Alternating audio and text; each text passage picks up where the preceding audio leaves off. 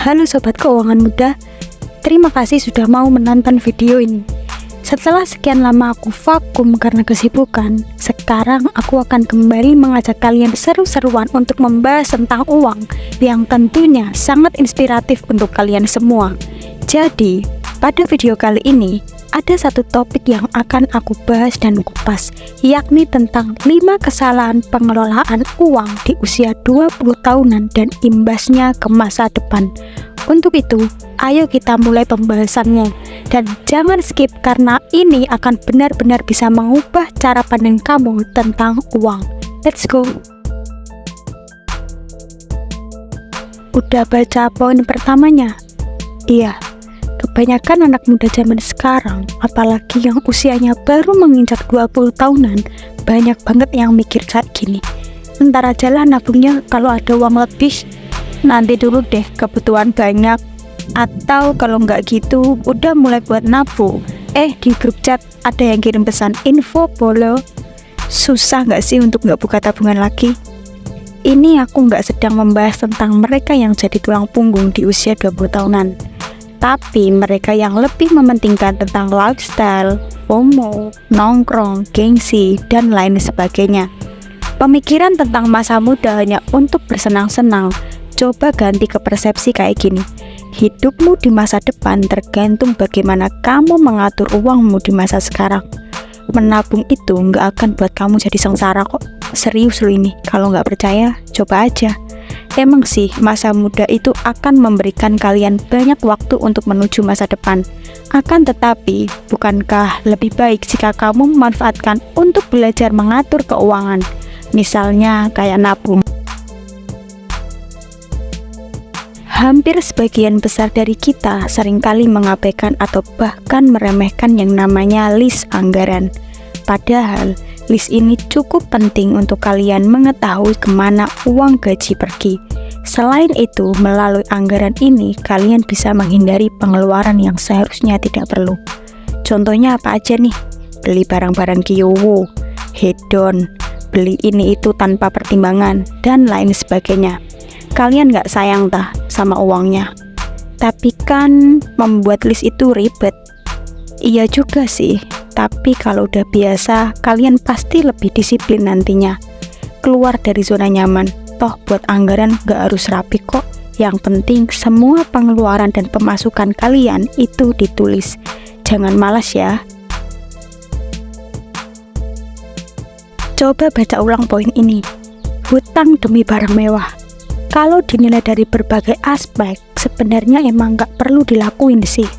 Tapi pertanyaannya, kenapa warga Konoha masih banyak yang menerapkannya?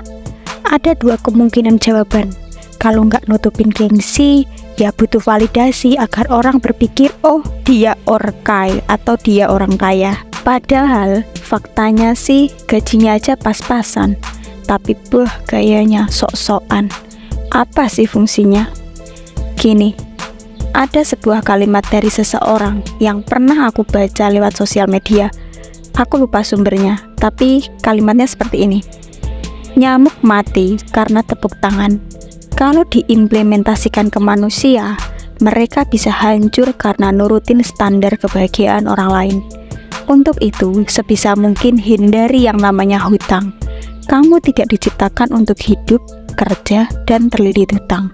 Mumpung masih muda, manfaatin skill, tenaga, dan kecerdasan untuk fokus membangun masa depan finansial yang menguntungkan. Lebih baik hidup apa adanya aja sekarang. Kalau udah mapan, baru penuhi keinginan kalian. Oke? Tunggu. Kok bisa sih?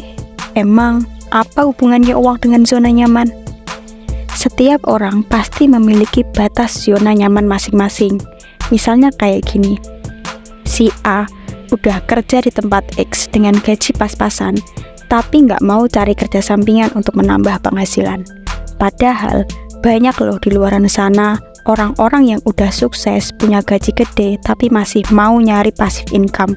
Gunanya untuk apa?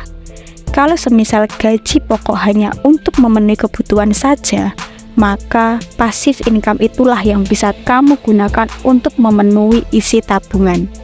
Gimana dengan yang buat video ini? Apakah melakukan hal yang sama? Tentu, aku juga punya kerjaan sampingan untuk mendapatkan passive income. Jadi, sekalipun capek habis kerja, masih nyempetin waktu buat mengelola passive income. So, mumpung masih muda nih ya, manfaatin waktunya, keluar dari zona nyaman. Nanti nyesel loh. Kesalahan yang kelima adalah, ya ini, tidak memiliki tujuan keuangan yang jelas.